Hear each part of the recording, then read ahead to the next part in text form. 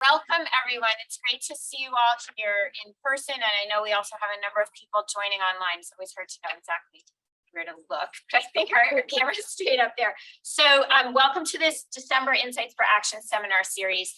As you'll know, if you've been to our other seminars, the focus of this particular seminar series is really about conversation between research and practice and how insights from research are being used for action.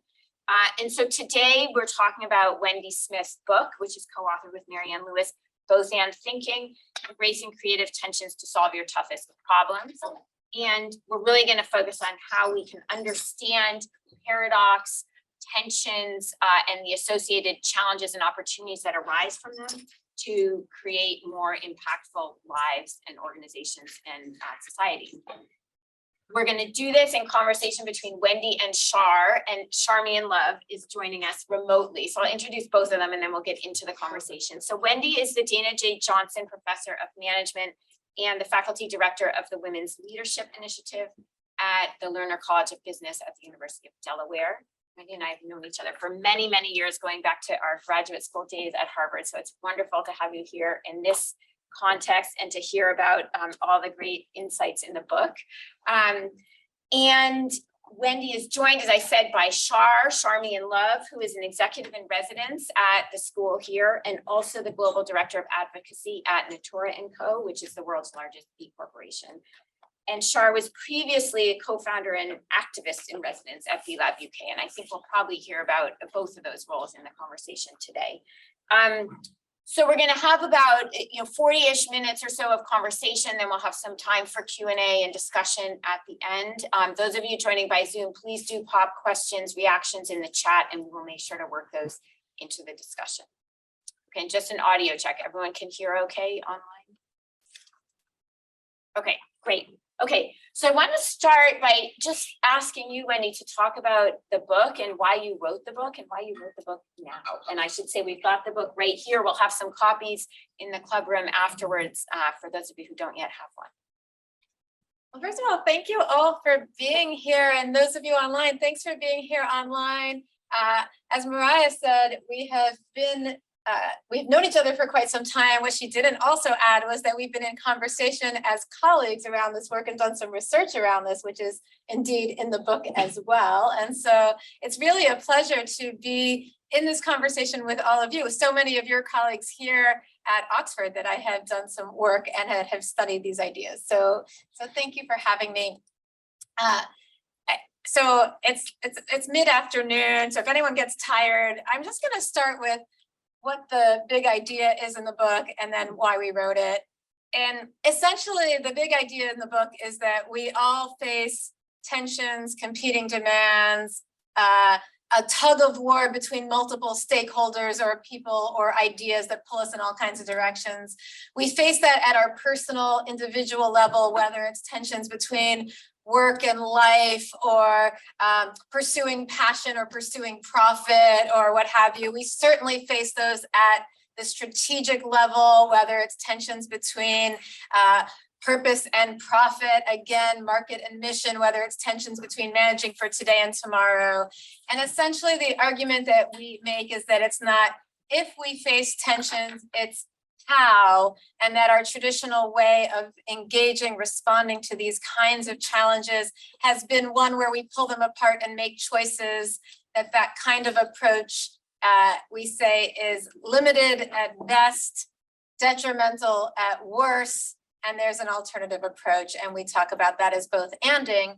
And when we first talked about both and this underlying idea that our tensions are paradoxical, lots of people told us, don't go there. You can't talk about paradox with leaders. You can't talk about it as academics because it's not a rational enough approach.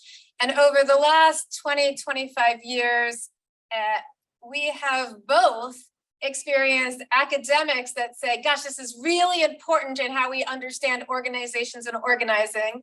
And we have experienced leaders saying this totally makes sense to me, this idea of living in and honoring and being more holistic about our competing demands and this notion of both and we've got to understand how to do that better. So we essentially wrote the book to coalesce that academic research and say, okay, if you buy that there is some better way than our either ors into our both ands, how do you do that? And what's all the research behind it about how you do it? So that is why this book. The one thing I will say is, I think that while we have gotten there as leaders, as organizations, as academic studying organizations, I think we're kind of late to the paradox party, meaning that this notion of moving away from linear, rational, either or thinking into more interdependent, holistic, synergistic, both and thinking. First of all, I think it's a concept that's like 2,500 years old. And more recently, it's something that has become the underlying idea in other disciplines. So physics has like totally understood this in quantum physics, and psychoanalysis has totally understood this in terms of how we understand who we are as individuals. And somehow we're only getting there in our sociology, our psychology, and in our world of organizing and organization. So I like to say, welcome to the paradox party to all of us. Excellent. Okay, so I have a question as an academic first and foremost. I want to ask you, what do you mean by both and thinking, and how is that different from either or thinking? Yeah, so the starting place for this, what we say is our tension. So, I would say the first place to go to is, what's something that you're grappling with in your life? What's something you're grappling with in your research? What's something you're grappling with as a leader in your organization? The place that I started with this, actually, my first project, my dissertation project, I was looking at IBM leaders as they were trying to navigate innovation and managing for their existing world operational efficiency and what they currently did, while simultaneously trying to innovate and change for tomorrow, some of which was going to cannibalize the existing world. So typically, what we academics were telling leaders to do was to think about which mode they were in. Were they in an existing world mode, or were they in an innovative world mode? So that would be the typical of either or thinking. It's that we can't live in both. They're in conflict with one another. We have to choose between them. And so too, if I think about the tension between social mission and financial, when I was, one of the reasons that I got really interested in studying that as a tension is that when I was first in high school, and then I was a management consultant for a couple of years before I went back to get a PhD. And as a management consultant in the early 2000s, people were saying to me, there was a ton of language. You cannot both manage for a bottom line and for a social mission, because leaders can't understand both of those. We were going back to Milton Friedman, that the social responsibility is to make more money, is your shareholder value. And so this notion that these things can't go together because they're in conflict is sort of embedded in our thinking. And that's the core of either or thinking. If they're in conflict, we cannot be right and right, both of these simultaneously. The alternative, and what we mean, what our alternative thinking is that actually underlying the dilemmas that we face, the challenges that we experience, is this notion of paradox, two opposing ideas that, like the yin yang, are in fact in conflict with one another. They raise conflicting ideas. They might be associated with different mental models, different logics, different goals. They might be in competition for resources.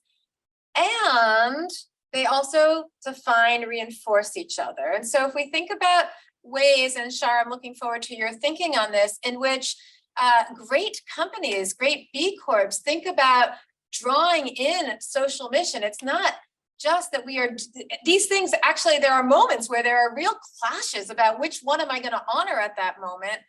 And there are ways in which the social mission advances, enables, and supports innovation that will allow for financial outcomes. There's ways in which increased financial benefit will enable and allow for the social mission. They are interdependent. And so the notion of paradox is that you have these opposing ideas, that are both in conflict, contradictory, and they're interdependent, defining.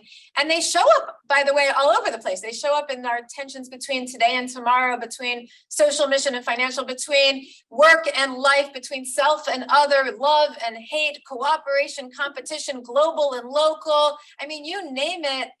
I sometimes like to say, in the words of My Big Fat Greek Wedding, if anyone ever saw that movie, where he says, give me a word and I'll tell you the underlying Greek, how the underlying came from Greek. Like, give me a challenge and I will show you the underlying paradoxical tension that informs that challenge. Okay, great. So I want to turn it to Char and ask you, now that we have a fuller understanding of both and paradox and sort of how it's everywhere and sort of underlying so much of our world, how does this show up in your work? How does both and thinking, but also the sort of the presenting dilemmas, if you will, show up in your work at Natura? And how have you seen it across the arc of your career, B-Lab UK and other spaces as well?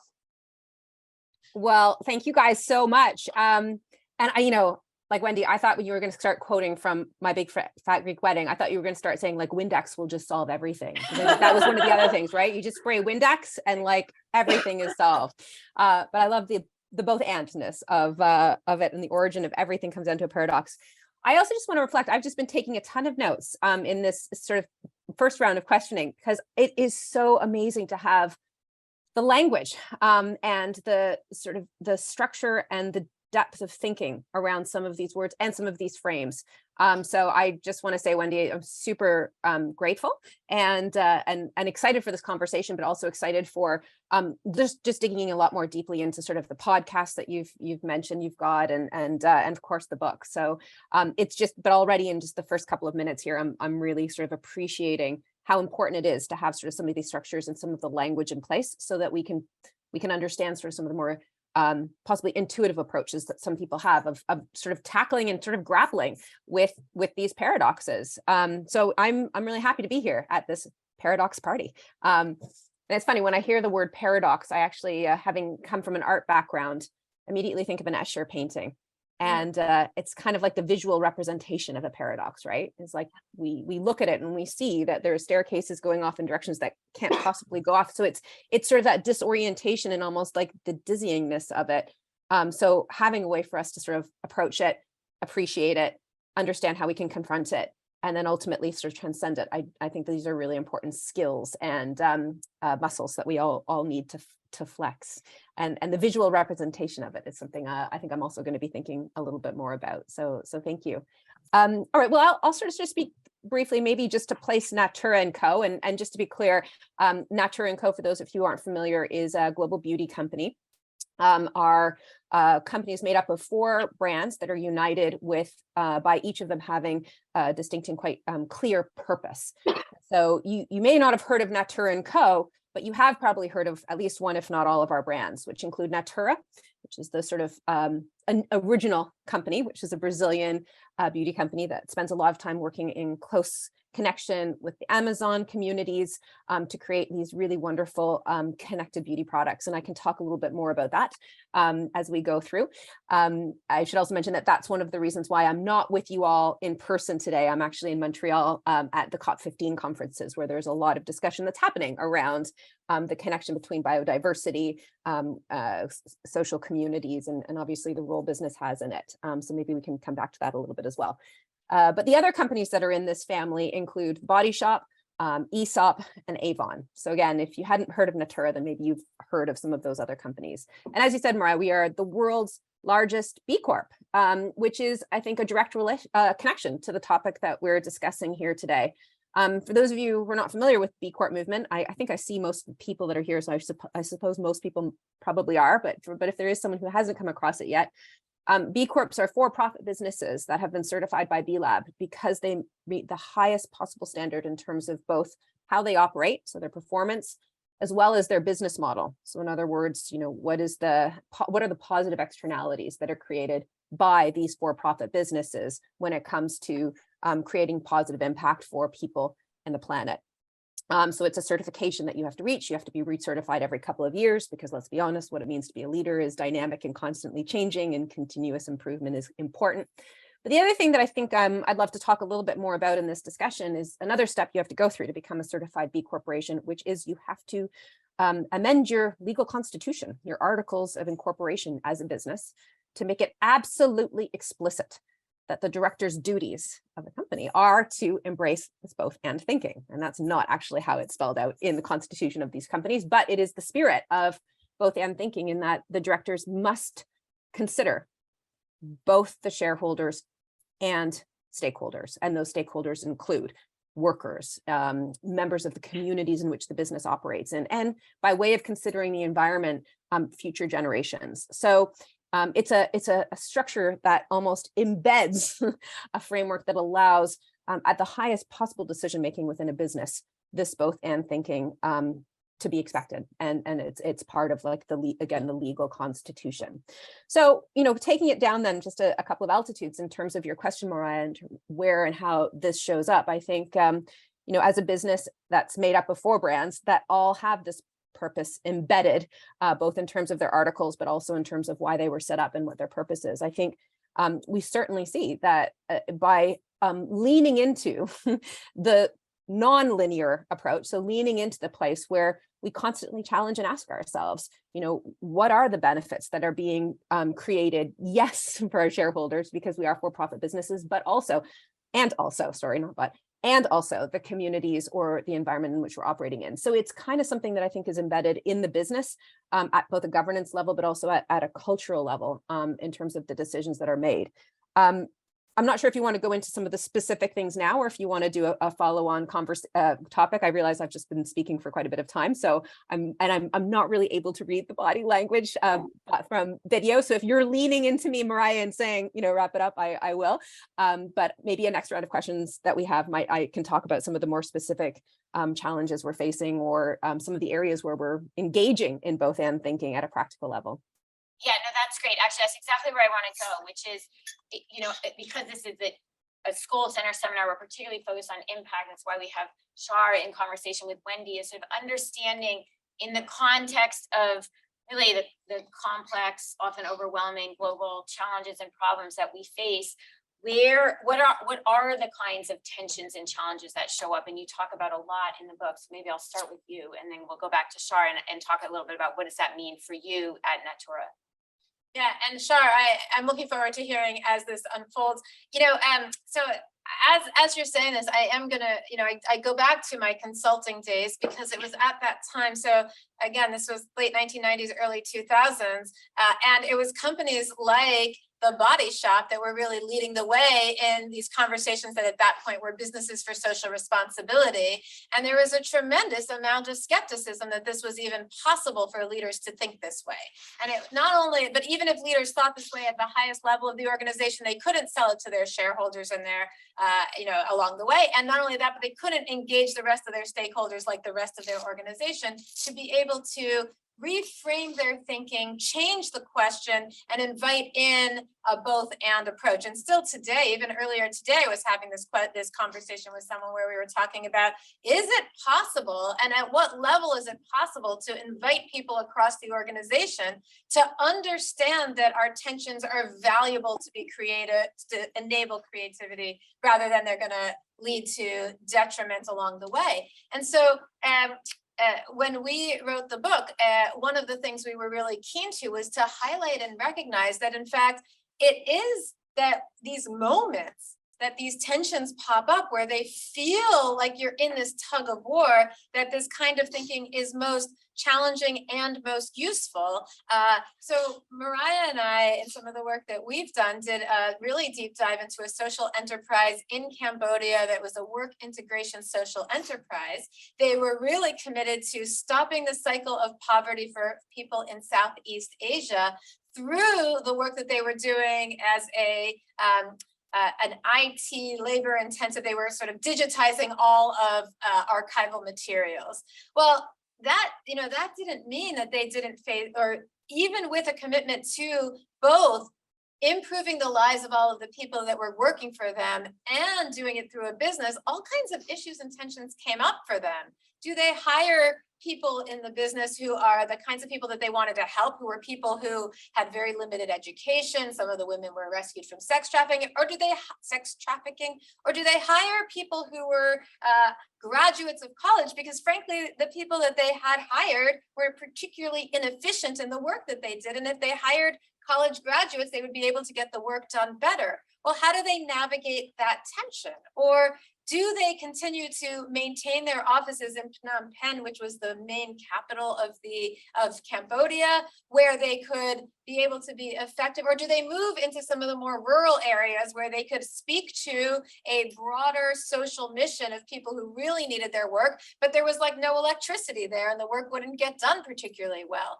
So, and part of what we are noticing here is that the kinds of experiences and these kinds of competing demands, our mission and our markets, really do pop up in like the very momentary experiences where it feels like we have to make a decision. Those are our dilemmas. You know, or for example, we have, and I know the Skoll Center, or not the Skoll Center, it's Saeed more broadly, the president of your board, Paul Pullman, Unilever, many of you might be familiar with him. We interviewed Paul Pullman and what he did at Unilever between 2008 and 2018 with the Unilever Sustainable Living Plan.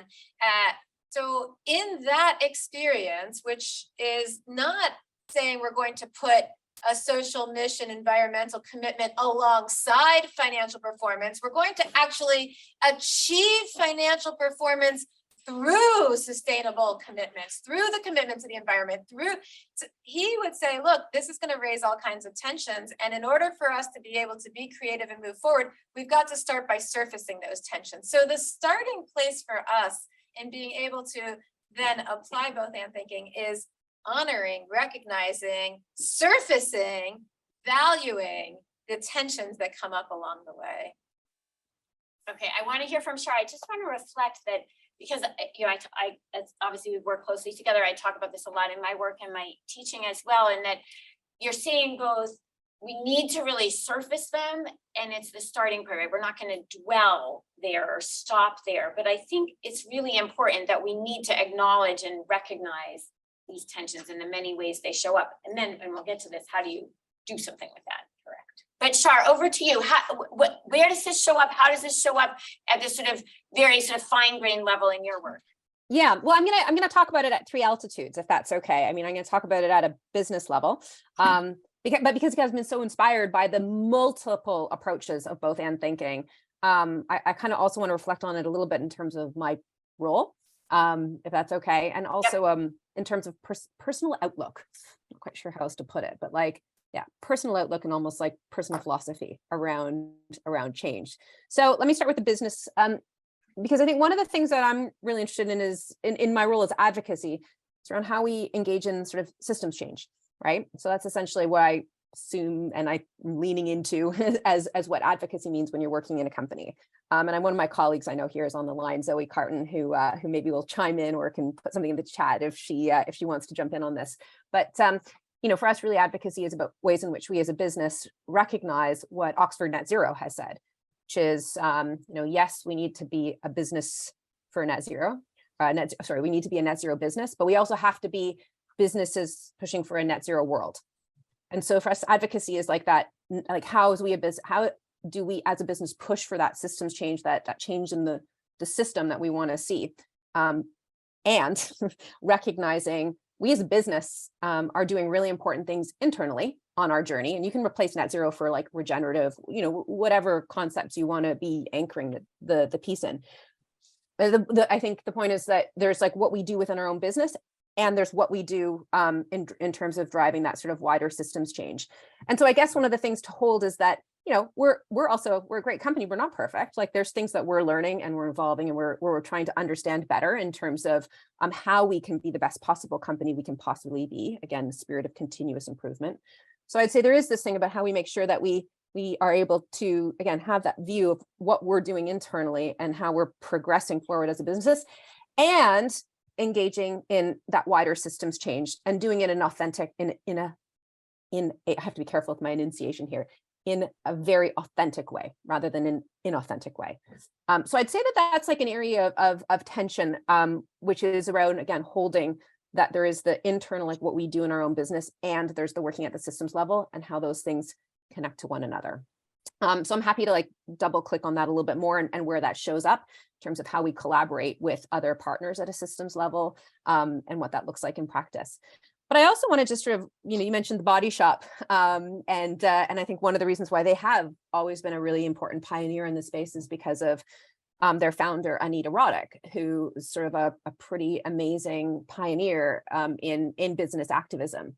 And I'd say that this is something I'm really kind of holding and exploring and trying to to engage in this sort of both and thinking around, which is, I've come from B-Lab UK, where my role was as an activist in residence, spent a lot of time working with social movements, being an activist, like being on the streets, engaging in sort of protest, and being someone who works in business. So I found that as a personal thing has been a tension that I've been trying to navigate. So how can I still stay connected with my activist community and have a role within business? And again, coming back to the Body Shop story, that's where when you have a culture as an organization that embraces the spirit of incredible pioneers like Anita Roddick, then there's a place to hold that both and. I won't say in a comfortable way, but in a slightly more held way, because there sort of is that history. So that's something that I'm certainly exploring, and again, sort of trying to find my way through in that, in the tension of when do I show up as an activist, when do I show up as a business person, and recognizing that it's sort of not an either or, it is a holistic view of I am one person, and I will be bringing both my business energy and my activist energy together.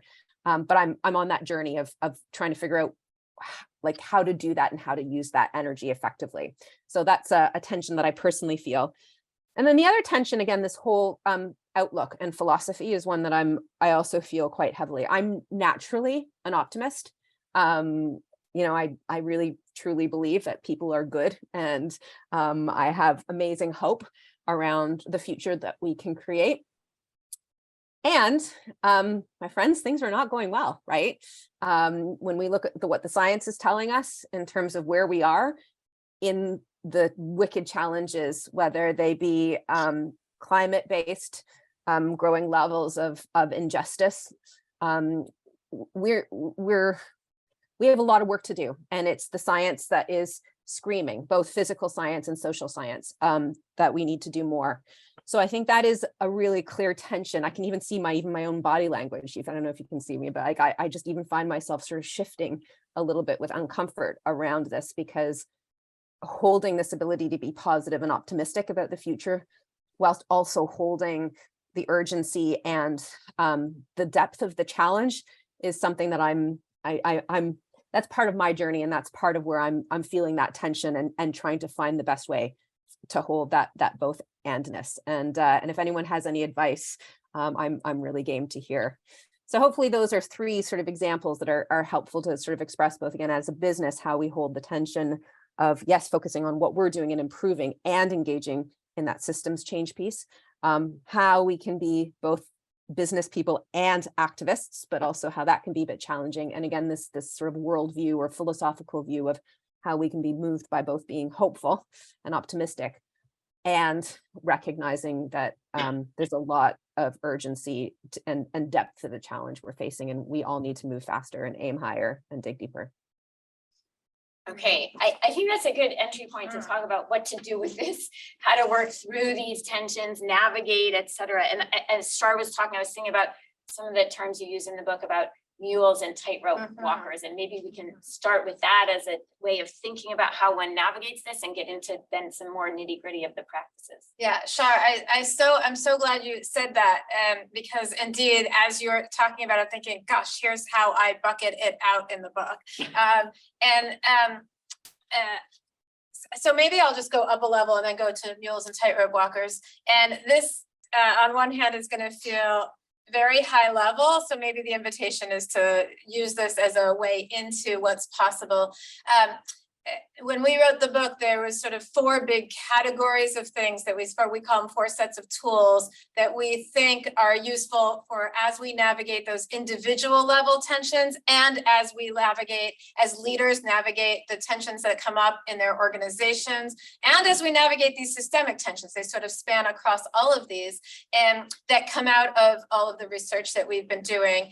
And we label them, I'm gonna just walk through each of them super high level, but we label them assumptions, boundaries, comfort, and dynamics. We spent a lot of time thinking about A, B, C, D labels, so I just want you to appreciate that for 30 seconds.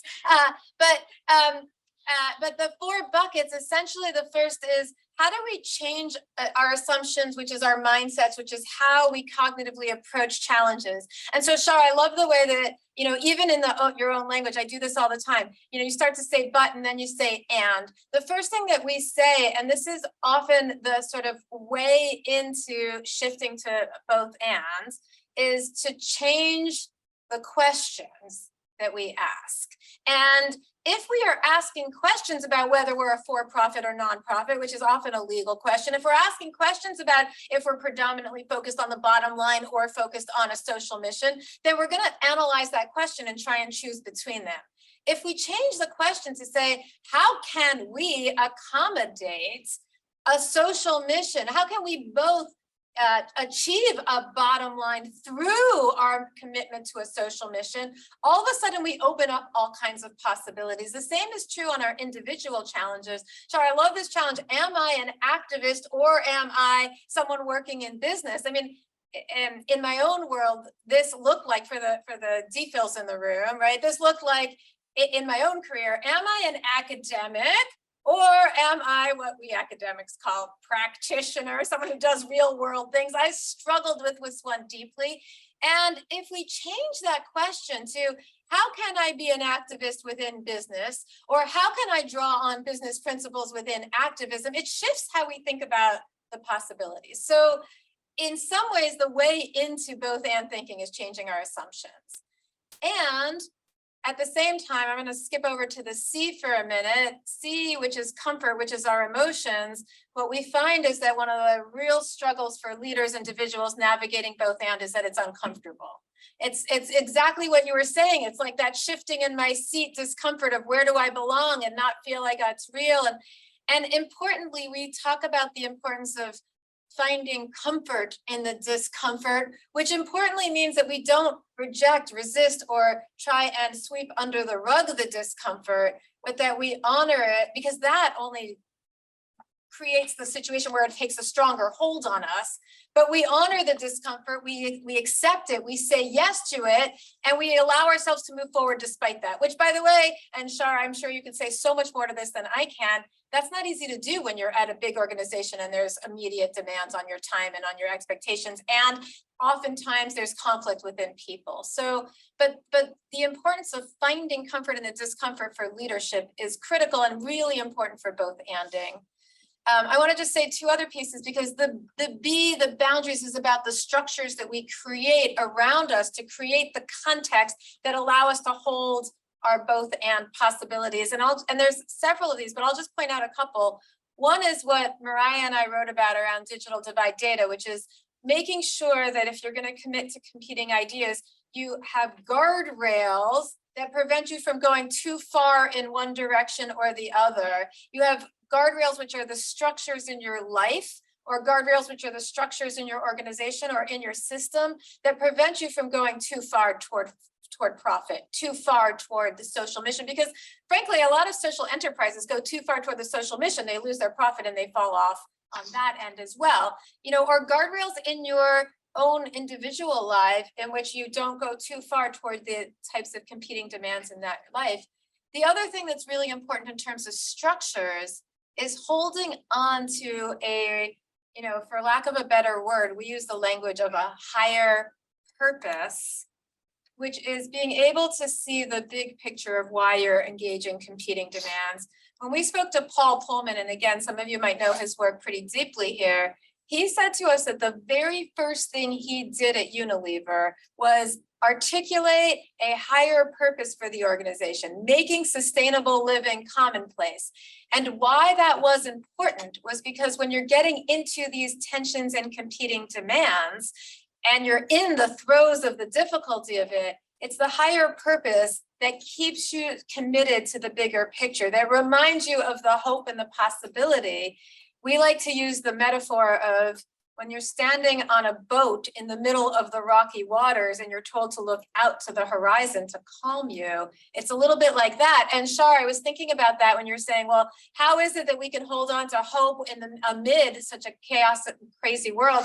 And you know, one of the things that I have repeated multiple times over just the last couple of weeks, particularly to my 16-year-old kids around this is, and what I think of as a higher purpose in some ways, which is Dr. Martin Luther King Jr.'s articulation that the arc of history is long, yet it bends toward justice. To me, that's the higher purpose of how do we live in the chaos of what feels really problematic about the day and still have hope that there is work that we will do that over time will lead us to a better place. So something about that is structural and important.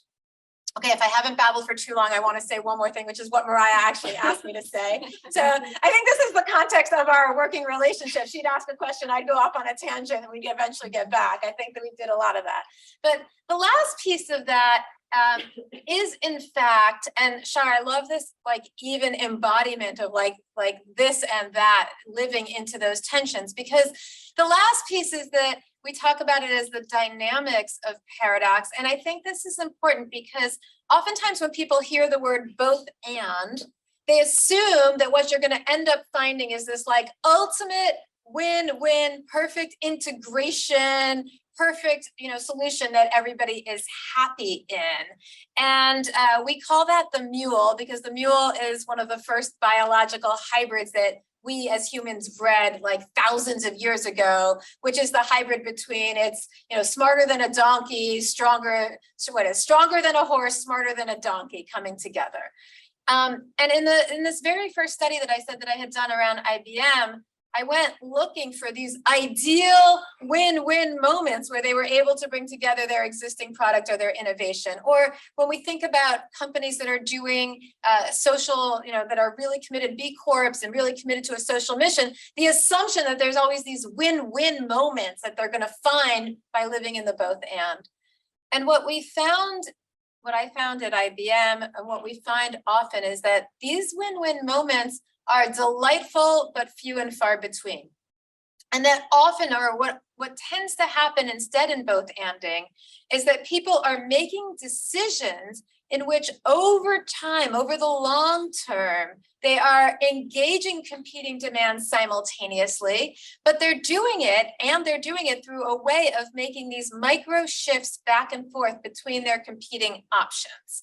And so the reason we call this tightrope walking is because it is like a tightrope walker who is getting to the end point, but in order to get there, they have to they're moving forward on the tightrope. They're never fully balanced. They are constantly balancing, which means that they're slightly shifting left, slightly shifting right.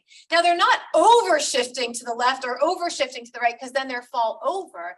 But essentially what that looks like in our decision making is that we are committed to opposing idea or these two competing ideas. But sometimes we have to make decisions that tilt one way a little bit more, and sometimes they tilt the other way a little bit more.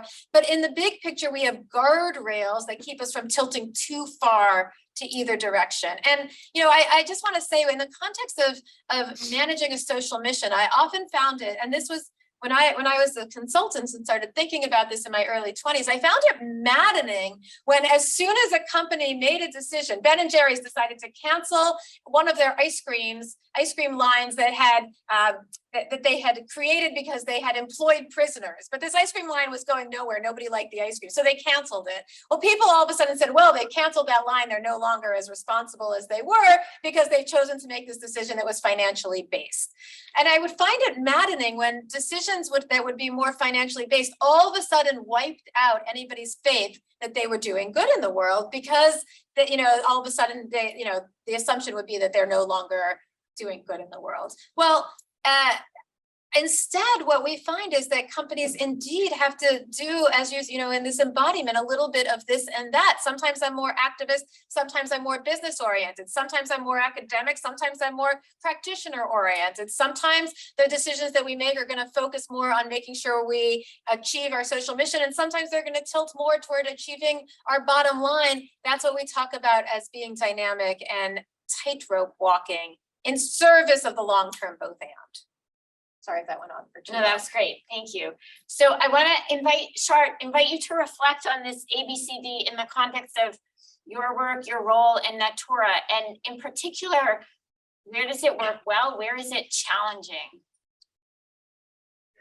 Yeah, well, I was going to reflect on something else, but I will come back to that because actually there's some things that I actually would just love to reflect on some of the things that Wendy has shared and what kind of came up. And I am happy to come back into the questions about Natura & Co in particular, but having joined a Brazilian company, right? Like, so Natura & Co is Brazilian. One of my, I don't speak Portuguese, but I'm learning some key words. And Zoe, who's on the line, will laugh because she knows this is my favorite Portuguese word that I've learned in my couple of months working with my new Brazilian colleagues. And that is ginga. And by the way, the Brazilian team is playing right now. So there's, I think, a lot of Brazilian energy in the world right now. I don't know what the score is, but I think our Brazilian colleagues are definitely going to be feeling it. Anyways, ginga is a way of dancing that is done in Brazil, which is just when you kind of go with a rhythm that's sort of driven from emotion, like from a deeper place. Like, so it's a really particular way of dancing where you can just see people are really feeling the rhythm. And so when you were talking about tightrope walkers, I was kind of thinking, yeah, there is that sort of like swaying to the side and trying to stay within the boundaries, but also I kind of feel a little bit more looser in those tensions when I think about it as almost like a rhythm or a dance that you kind of do. So I'd love to hear you reflect on it. Do you have to be holding it as tension and kind of in a straight way, kind of moving back and forth, which is kind of how I imagine tightrope walkers, or is it something that you kind of are in flow and can dance with, possibly to a bit of a backbeat, as the case might be with some music? So that's one thing I wanted to share. And the other one is just to be really clear on some of the practices that I think, again, I can't really speak specifically for, obviously everyone within Natura & Co, but for when I'm feeling sort of some of these tension, or I feel like I need a bit of a trigger to engage or to think differently, or to hold some of this stuff. There's sort of three things that I kind of had in my mind to share in case helpful for others. One of them is to chew gum. And some of those who have seen sort of some teaching I've done before will probably know this, because I think it's incredible. We as humans do have this capacity, right, of walking and chewing gum at the same time. Like, we kind of sort of sometimes forget that actually we are pretty complex and pretty cool in terms of what we have the ability to do simultaneously. So sometimes just even a reminder of chewing some gum and walking and being like, oh yeah, look at this, I can do these two things at once, is a way of sort of holding that we can hold some of this both and thinking. The second thing is actually really, I caught myself earlier using the word but. And when I'm writing emails, actually, I sometimes reread them and I look for if I've used the word but. And if I have, I try to think, could I rephrase that sentence with an and instead of a but? And that's just a practice. Sometimes you can't, actually, to be fair. And I think that speaks to the need to be, holding the tension and recognizing where there will be places where you have to sort of structure things in such a way that create the space for further discussion and dialogue. And there are sometimes places where you can look at your own writing and see that there's a place where it can be framed to be more open and more in the spirit of like appreciative inquiry, to understand different people's perspectives by creating that openness from a framing perspective. So again, that idea of just rereading emails, and every time you see a but, like having a bit of a trigger of how would that sentence look if it was and instead. And then the last one is, because this is sort of something that I feel a lot, is the sense of both and in terms of being in business and being an activist. And I have a very actually physical thing that helps me hold the both and it's a suit jacket that I wear actually a lot. So I've got it here because I'm going to be wearing it this week. And so on one side, it's a very, this isn't going to really work with a background, but it's, it's a business jacket. You'd sort of wear it when you go into a meeting and you're like, all right, I'm in business. And this is sort of the drama here.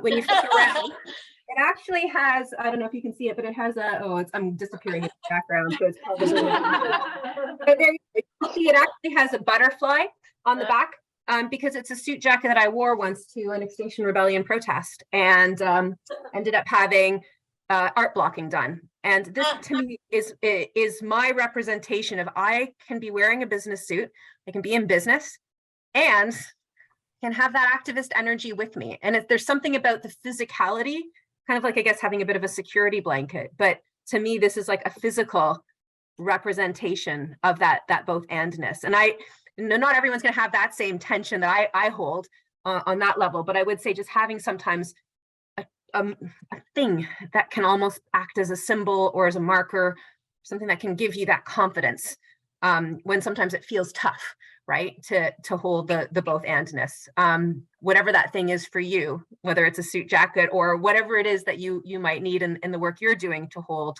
the both andness. I would spend some time thinking about it, because I cannot even tell you the number of times where sometimes when I felt challenged or I'm sort of wobbling on that tightrope, I get that jacket and I'm like, yes, this. I am both and. That is fantastic. That's great. I love that. I think we all have to go block our suit jackets. I know. And I think I want to open it up at this point. I want to pause and give you all a chance to reflect and ask questions, those of you in the room and also those of you joining online. Akshay. So thanks for this. It sounds really interesting and a worthy aspiration, particularly for individual decision making.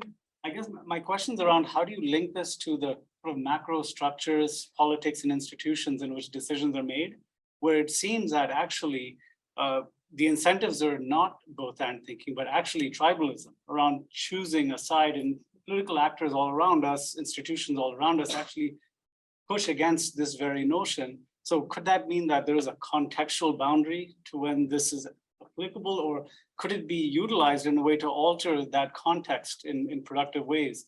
And I'm thinking about other aspects like social inequality being quite a remarkable phenomenon affecting how we think about decision making, as actually it's about choosing a side very often. And these are political questions that raise really difficult conflicts. So I'm just curious how you think about this within that. Char, this one's, we're starting with the easy question. How do you apply this to the political polarization? I mean, I have a point of view, but I don't know if you want to say something about that. I can be pretty brief, like, because here I am. I've just this morning been in a briefing session, which was looking at how these different countries are engaging in this negotiation process on the post-2020 global biodiversity framework, which is one of the big things that's being negotiated here at COP15. So I'm sort of it's too early almost in the process to tell how both and thinking is going, but it's happening here all over the place. Like, how do we build some level of consensus around some of the things that are super important, recognizing and holding that there are different cultural contexts, there are different approaches that different countries are making, but ultimately for this to be a global biodiversity framework, have to find a way for those things to be together and held together. So it's something that we can all agree on when it comes to setting some of these bold goals. So yeah, I guess it's too early to really tell because we're only on sort of day 2 here, but this is a real life moment where those tensions are being felt and are critically important to find a resolution for. Yeah, I would, I love that you're right there. And so you have something to point to as an example of where this can come, how systemically we can come together and address this. I guess I have 2 or 3 reactions, which is, number one, I don't think it's the boundaried context. I think even more so, our political structures is the space where we have to be doing that work. So then the question, because it's even more so important. So then the question becomes how do we do that? And here I would say 2 things. One is that I absolutely love what Char's saying, which is there are these institutional spaces where we can bring together these conversations, navigating a real tension between cooperating across competitors in order to create these bigger systems. Now that's not easy. And this is going to sound super idealized, but I want to just, the truth is that one tension we face around system change is we ask if there has to be system changes. Well, systems change because of people. It's people who construct the systems. And so now I'm being a little unclear, but what I want to say is that on some level, we can bring down those conversations to start with. How do we start those conversations between people to be able to move beyond our tribalism? I think one of our biggest problems in the world is that tribalism, that political polarization, because we can't have the conversations. So how do we bring that conversation away from some of the structural elements that keep us so far apart to be having conversations across people with different points of view? And that is an invitation for all of us even to start having conversations with people who have different political ideas than us and be able to, and I think this is one of the key aspects of both anding that, you know, one of the key practices, how do we start by listening to people who have a different point of view than us? Not that we have to agree with them, but that we respect and honor that there are people with different political points of view. And how can we use that practice of listening across people with different points of view to expand into our political realm? So I would argue that part of political polarization is not going to be solved at the political level or at the political level, but at the kitchen table. And where can we start those conversations? At the kitchen table, at the town halls, or what have you.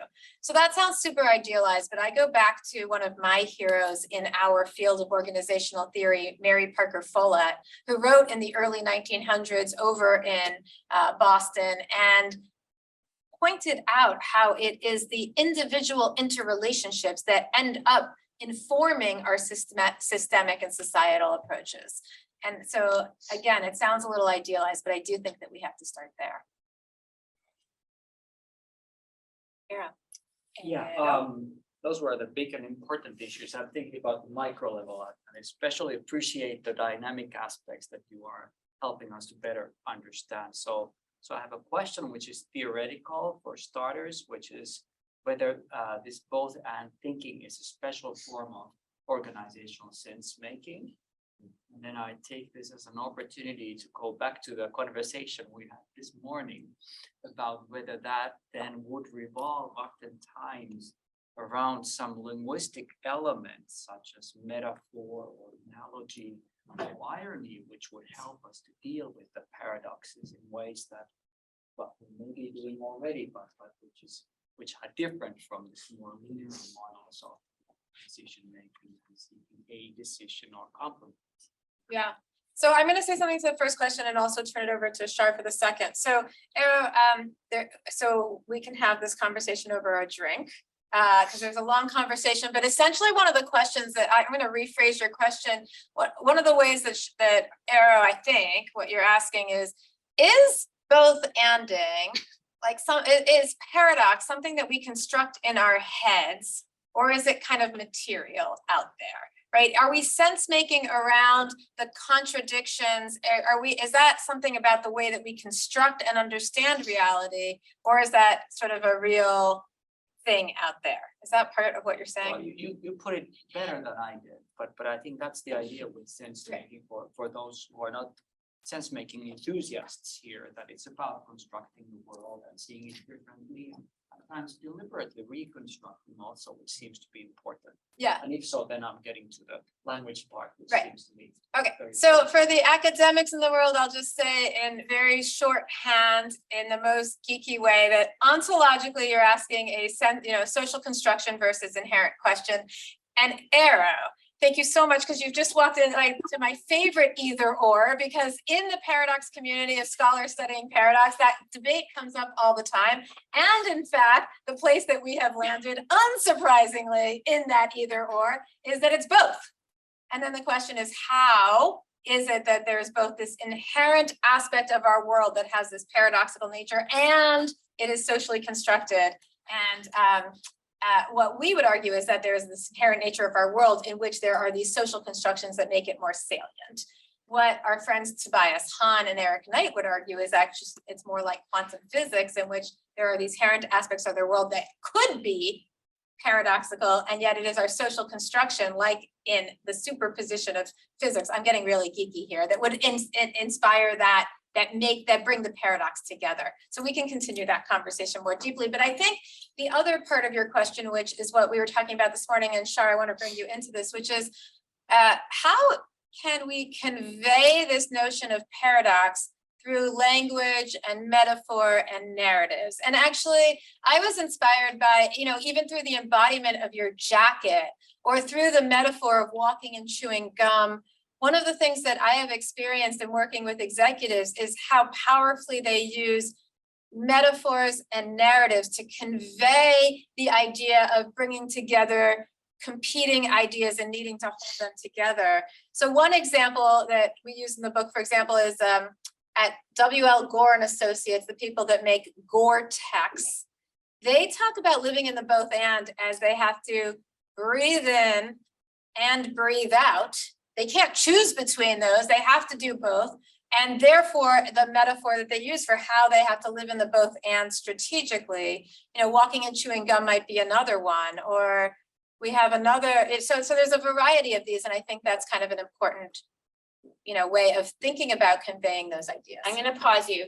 I know, Char, you have a hard stop now. So I just want to give you one last word and then thank you for joining us. But just any quick reflection as you depart. Yes, and I am sorry that I'm going to have to jump off pretty quickly because I feel like I would love to stay in this conversation all day. And I know a lot of the lessons I've already taken and continue to take would be really valuable for what I'm doing across the road at the Congress Center. On this piece that's just come up on language, I'm gonna lean into the both andness of it. So I agree. I use metaphor all the time. Love it. And I think it reaches people because it speaks to this human experience that you mentioned, Wendy. It's like we're all people. And so the human experience of understanding things as people is incredibly powerful. And we also, I've been caught out sometimes with some of my global colleagues who have different metaphors that work for different cultural references. And in fact, some of the metaphors that in one place make sense don't actually make sense in other parts of the world. So I'd say that there's an interesting thing to explore when it comes to culture and the use of metaphor and making these things human. It's almost, we have to spend, I think, time really understanding how those metaphors resonate and finding the right ones. And I say that with, some beautiful scars from having gotten that wrong sometimes and making an assumption that people understood a metaphor that worked for me when maybe it didn't work as much for others. So that would just be the and that I would bring. And I think the thing that I would love to leave everyone with is when it comes to both and being expressed in business, and of course this conversation is happening at a business school with some real global experts and researchers and academics when it comes to what the frontier of business leadership looks like. I would just sort of want to make sure people are aware there are these 6,000 plus businesses that are a part of the B Corp movement, which all express themselves in the both and space because they are operating for both profit and having a purpose. Like that is why they're in this community, is that they want to walk the talk of what that looks like and show that it is possible. And they have made this change to their legal constitution so that it is so deeply embedded into their DNA. And because it's in their governance, it becomes part of the decision-making process. So if people are feeling like maybe this is something where it's only certain businesses that are doing it, or it isn't sort of feel like it's something that's mainstream, I would say that you can just find inspiration from these 6,000 businesses, big, small, medium, large, B2B, B2C, B2G, global, that are out there that are showing that it is possible to be a both and business and to embrace both and approaches to how they lead in business.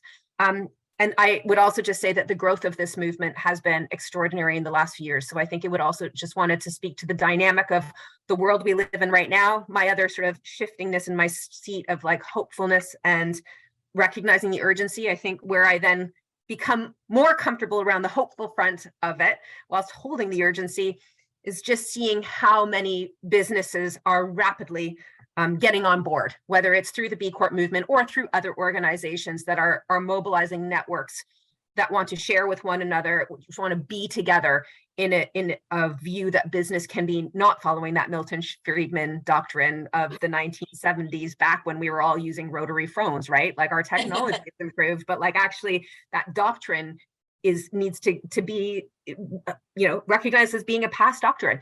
So more and more businesses, I think, are moving quickly into this space, and I find that hugely hopeful. Again, that would be my parting word, is just to say, if any of you are out there looking to do research or wanting to understand more about what this looks in practice, definitely reach out to us at Natura & Co. We don't have all the answers, but we're certainly exploring it as a B Corp. And there's 5,999 others, possibly more, that are also interesting, I think, living case studies of both andness and business in practice. So thank you all. And Wendy, just massive thanks for your hard work and heavy lifting. I'm sure many early nights, early mornings and late nights in putting your thoughts together and putting them together in such a way that makes them deeply thoughtful from an academic perspective, but also hugely practical for businesses. And Mariah, as always, thank you for your amazing moderation, and to the whole team that make these seminars, Jessica, Lydia, everyone else, thank you very much. And I look forward to seeing you guys in person, hopefully in 2023. Thank you. Thank you all. Thank you, Wendy. Thank you, Char, Jessica, Lydia, all the team. And thank you all for engaging. Join us, those of you in person, here next door in the club room for a drinks reception starting now.